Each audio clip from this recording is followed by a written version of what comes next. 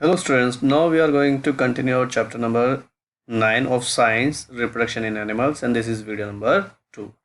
तो देखिएगा हमने पिछले वीडियो के अंदर जो है इस चैप्टर का काफ़ी कुछ पार्ट जो है हमने कवर किया था और एक बार देख लेते हैं कि हमने पिछले वीडियो में क्या क्या चीज़ें पढ़ा। तो सबसे पहले देखिए हमने रिप्रोडक्शन क्या होता है उसको समझा, फिर उसके अलावा मोड्स ऑफ रिप्रोडक्शन क्या क्या होते हैं, यानी कि जो रिप्रोडक्शन की जो प्रक्रिया है वो कौन कौन सी हो सकती है जीवों में, उनके बारे में पढ़ा, जिसके अंतर्गत हमने सेक्सुअल रिप्रोडक्शन के बारे में डिटेल में पढ़ा। तो सेक्सुअल रिप्रोडक्शन के दौरान भी हमने मेल रिप्रोडक्टिव ऑर्गन्स जो हैं उसके बारे में डिटेल में पता लगाया, फीमेल रिप्रोडक्टिव ऑर्गन्स के बारे में पता लगाया, फिर उसके बाद हमने पता लगाया कि किस तरीके से मेल और फीमेल जो आपके रिप्रोडक्टिव ऑर्गन्स होते हैं वो खास तरह के सेल्स को जनरेट करते हैं और जब ये आपस में फ्यूज़ होते हैं तो उस प्रक्रिया को हम फर्टिलाइजेशन की प्रक्रिया कहते हैं। और जब एक बार फर्टिलाइजेशन हो जाता है तो जो एक सिंगल सेल बनता है, जो नया सेल बनता है, उसे हम जायगोट कहते हैं और ये जायगोट बाद में एम्ब्रियो में कन्वर्ट हो जाता है और माँ के जो गर्भ है उसके अंदर स्थापित हो जाता है। अब जो जन्म है बच्चे का वो दो तरीके से हो सकता है। तो जन्म के आधार पे जो जीव हैं उनको दो कंडीशन में बांटा हुआ है या दो तरह की कैटेगरी में बांटा गया है। एक तो है आपका विविपारस और दूसरा है ओविपारस। तो विविपारस वो जीव होते हैं जो डायरेक्ट बच्चों को जन्म देते हैं, यानी कि उनके बच्चों का जो डेवलपमेंट होता है माँ के पेट के अंदर ही होता है। वहीं पे ओविपारस वो जीव थे जो अंडे देते थे, यानी कि जो बच्चों का विकास होता है अंडे के अंदर ही होता है और वो शरीर के बाहर होता है। तो ये सब चीज़ें हमने पढ़ा था आपके सेक्सुअल रिप्रोडक्शन के दौरान पिछले वीडियो के अंदर। तो अब स्टार्ट करते हैं असेक्सुअल रिप्रोडक्शन। तो हम इस वीडियो के अंदर असेक्सुअल रिप्रोडक्शन के बारे में ही पढ़ेंगे। तो बहुत छोटा सा टॉपिक है और ये 10 मिनट में ही ये पोर्शन जो है हमारा वो ख़त्म हो जाएगा। तो so far we have learned about reproduction in animals via sexual reproduction की अभी तक देखिएगा सेक्सुअल रिप्रोडक्शन के माध्यम से किस तरीके से जो जीव हैं वो रिप्रोड्यूस करते हैं हमने समझा, पढ़ा। But some organism doesn't require sexual reproduction process to give birth to offspring. That means both male and female are not required for reproduction. लेकिन देखिए कुछ जीवों के केस के अंदर क्या होता है, उन्हें सेक्सुअल रिप्रोडक्शन की ज़रूरत नहीं होती अपने बच्चों को पैदा करने के लिए, यानी कि मादा और नर का होना ज़रूरी ही नहीं होता रिप्रोडक्शन की प्रक्रिया के अंतर्गत। ठीक है, यानी एक सिंगल जीव ही काफ़ी है और वो अपने बलबूते पर रिप्रोड्यूस कर सकता है। तो असेक्सुअल रिप्रोडक्शन बेसिकली है क्या? तो reproduction in which single parent give birth to offspring is called asexual reproduction. तो देखिएगा वो प्रजनन की प्रक्रिया जिसके माध्यम से एक अकेला जो जीव है वो अपनी संतान की उत्पत्ति कर सकता है उसे हम असेक्सुअल रिप्रोडक्शन कहते हैं। In this reproduction fusion of male gamete and female gamete does not take place, यानी कि ये वो आपका रिप्रोडक्शन की प्रक्रिया है जिसमें मेल और फीमेल सेल्स की रिक्वायरमेंट नहीं होती, उनके गैमेट्स की रिक्वायरमेंट नहीं होती, यानी कि मेल और फीमेल गैमेट फ्यूज़ नहीं होते, यानी ना तो स्पर्म सेल की ज़रूरत होती है, ना एग सेल्स की ज़रूरत होती है और ना उन्हें फ्यूज़ करने की ज़रूरत होती है, यानी फर्टिलाइजेशन की प्रक्रिया ही नहीं होती इधर। ठीक, दैट मीन्स नो मेल और female required for this production. तो मोटा मोटा इससे ये बात समझ में आती है कि इसमें नर या मादा की रिक्वायरमेंट होती ही नहीं है।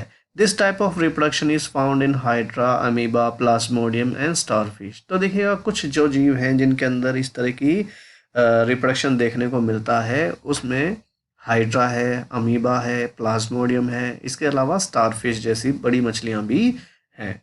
ठीक है, तो आमतौर पे ये जो रिप्रोडक्शन होता है इसे हम पूर्ण विकसित रिप्रोडक्शन की प्रक्रिया नहीं मानते एसेक्सुअल रिप्रोडक्शन को। ठीक है, तो अब बात करते हैं रिप्रोडक्शन इन हाइड्रा। तो हाइड्रा एक जलीय जीव है, बहुत ही सूक्ष्म जीव होता है, वैसे आप पानी में आंखों से नहीं देख सकते हो। ठीक है, बहुत छोटा होता है। तो हम बात करें hydra is a fresh water organism in which asexual reproduction takes place, कि हाइड्रा उन जीवों में से है जिनके अंदर असेक्सुअल रिप्रोडक्शन देखने को मिलता है और साथ ही साथ ये ताज़े पानी के अंदर पाए जाने वाला जीव होता है। In hydra reproduction happen in the form of budding. तो आमतौर पे क्या होता है कि जो हाइड्रा होता है जब वो वयस्क हो जाता है और रिप्रोडक्शन के काबिल हो जाता है तो उसके शरीर के हिस्से में एक बल्ज, एक गोमड़ी सी निकल करके आती है, यानी कि फुंसी जैसा हिस्सा जो है वो निकल करके आता है। तो बेसिकली इस बल्जिंग को हम बड कहते हैं। क्या कहते हैं? बड। इसको हम बड कहते हैं। तो बेसिकली इस तरह की जो आपके बल्ज होता है उसको हम बड कहते हैं, और बड का मतलब होता है कली, ठीक, या कोपल भी कह सकते हैं। On the body of hydra a bulge develop which is called bud. तो आमतौर पे क्या होता है कि जो हाइड्रा का शरीर होता है उसमें एक बल्ज निकल करके आता है, यानी कि एक कलीनुमा स्ट्रक्चर जो है वो निकल करके आती है, और यही बाद में आपका बड कहलाता है, ठीक है। With the time, this bird develops into a new hydra and later it gets separated from parental hydra। तो होता क्या है, समय के साथ जो ये बर्ड है वो एक दूसरे छोटे हाइड्रा का रूप लेना शुरू कर देता है। तो आप देख सकते हैं बर्ड जो है एक छोटे से हाइड्रा में कन्वर्ट हो रहा है, और समय के साथ ये विकसित हो जाता है, और जब ये स्वयं अकेला बलबूते पर रहने लायक हो जाता है तो वो अपने पिता या माता जो भी हैं उसका शरीर छोड़ कर करके खुद दूसरी जगह पे स्थापित हो जाता है और एक नए जीव के रूप में जन्म ले लेता है। तो देखिएगा हाइड्रा के अंदर इस तरह से रिप्रोडक्शन आपको देखने को मिलता है, और इस प्रक्रिया को बडिंग कहते हैं। क्या कहते हैं? बडिंग, ठीक। तो असेक्सुअल रिप्रोडक्शन में बडिंग के माध्यम से हाइड्रा, यीस्ट, इस तरह के जो जीव हैं वो क्या करते हैं? प्रजनन करते हैं। तो अगर आप एक्चुअल में हाइड्रा को पानी में देखेंगे तो कुछ आपको इस तरीके से दिखाई देगा। तो ये जो ऊपरी जो रेशेनुमा स्ट्रक्चर दिखाई दे रहा है ये एक्चुअल में टेंटिकल्स होते हैं। ये टेंटिकल्स वो हिस्से होते हैं जिससे कि हाइड्रा जो है अपने शिकार को पकड़ता है और पकड़ करके खाता है। Reproduction in amoeba. ऐसे ही अमीबा जो है एक सिंगल सेल जीव होता है, यानी कि एक कोशिकीय जीव होता है। इसके शरीर में एक ही सेल होता है, ठीक है। तो अमीबा में भी रिप्रोडक्शन देखने को मिलता है। Amoeba is a single celled organism की एक कोशिकीय जीव है। It reproduce by division of its nucleus into 2 nuclei. तो देखिएगा होता क्या है, हर सेल के अंदर एक न्यूक्लियस होता है, ठीक है। आप 9th क्लास में भी इसको डिटेल में पढ़ेंगे। फिलहाल मैं आपको बता दूं कि एक जो भी हमारा शरीर है उसके अंदर करोड़ों सेल होते हैं। हर सेल के अंदर अपने आप में एक न्यूक्लियस होता है। तो ये जो न्यूक्लियस होता है, जब एक बार अमीबा वयस्क हो जाता है, बड़ा हो जाता है पूरी तरीके से, तो डेवलप हो जाता है, तो जब प्रजनन की बारी आती है, रिप्रोडक्शन की बारी आती है, तो इसका ये जो न्यूक्लियस है फैल करके 2 हिस्सों में डिवाइड होना शुरू हो जाता है। जब एक बार न्यूक्लियस एक दूसरे से यानी 2 न्यूक्लियस में कन्वर्ट हो जाती है, 2 न्यूक्लियाई में कन्वर्ट हो जाता है, तो साथ में this is followed by division of its body in 2 parts along with nucleus. तो जब एक बार जो न्यूक्लियस है वो 2 न्यूक्लियाइज में डिवाइड हो जाता है, तो बॉडी भी जो है 2 हिस्सों में डिवाइड होना शुरू हो जाती है। Process by which organism reproduce by dividing into 2 individual is called binary fusion.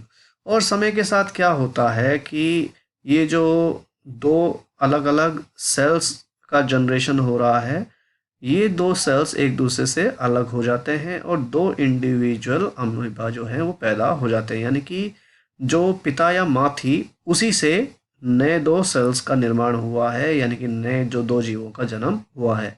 आगे चल करके ये दोनों वयस्क होंगे और ये अपने न्यूक्लियस को डिवाइड करेंगे और उसके बाद अपनी बॉडी को भी 2 हिस्सों में डिवाइड कर करके 2 और नए जीव का निर्माण करेंगे। तो जो जीव इस तरीके से अपनी बॉडी को डिवाइड कर करके रिप्रोडक्शन करता है उसे हम बाइनरी फिजन कहते हैं। तो देखिए जीवों के अंदर बाइनरी फिजन के माध्यम से भी क्या हो सकता है? रिप्रोडक्शन हो सकता है। बडिंग के माध्यम से हो सकता है, बाइनरी फिजन के माध्यम से हो सकता है, ऐसी फ्रेगमेंटेशन वगैरह भी होता है, और भी बहुत सारे तरीके होते हैं रिप्रोडक्शन के। लेकिन फिलहाल आपकी बुक के अंदर ज़्यादा कुछ दिया हुआ नहीं है, जितना दिया हुआ है हम वही कवर करेंगे, ठीक है।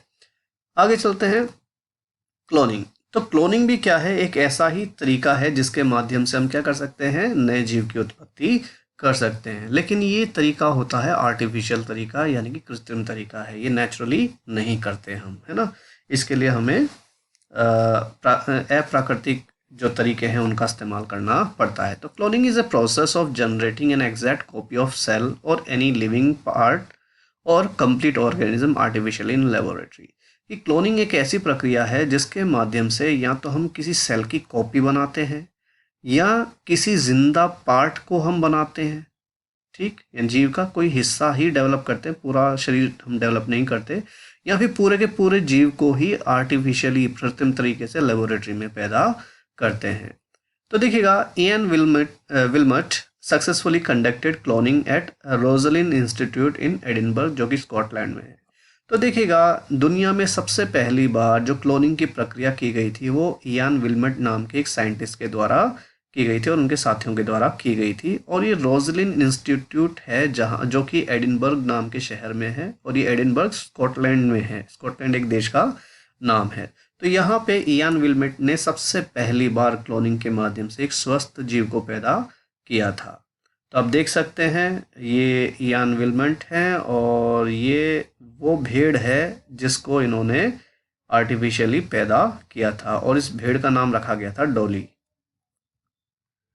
The successful cloned sheep named Dolly was produced on 5 जुलाई 1996। और देखिएगा इस तरीके से इन्होंने क्लोनिंग की मदद से एक स्वस्थ भेड़ को जन्म दिया जिसका नाम डॉली था। तो देखिएगा इसके अंतर्गत क्या हुआ था कि दो भेड़ों के सेल्स निकाले गए थे, एक का एक सेल निकाला गया था और दूसरे का बॉडी के अंदर मौजूद एक दूसरा सेल निकाला गया, और उसको अंडे के अंदर मौजूद जो न्यूक्लियस है उस न्यूक्लियस से रिप्लेस कर करके जो भेड़ है उसके पेट में ही वापस गर्भाशय में डाल दिया गया। और परिणाम स्वरूप क्या हुआ, समय के साथ वो जो भेड़ है उसने एक स्वस्थ बच्चे को जन्म दिया और उस बच्चे का नाम, भेड़ के बच्चे का नाम डॉली रखा गया। तो देखिएगा ये बिल्कुल स्वस्थ थी, बढ़िया थी। ठीक, Dolly lived healthy life and gave birth to several healthy offspring.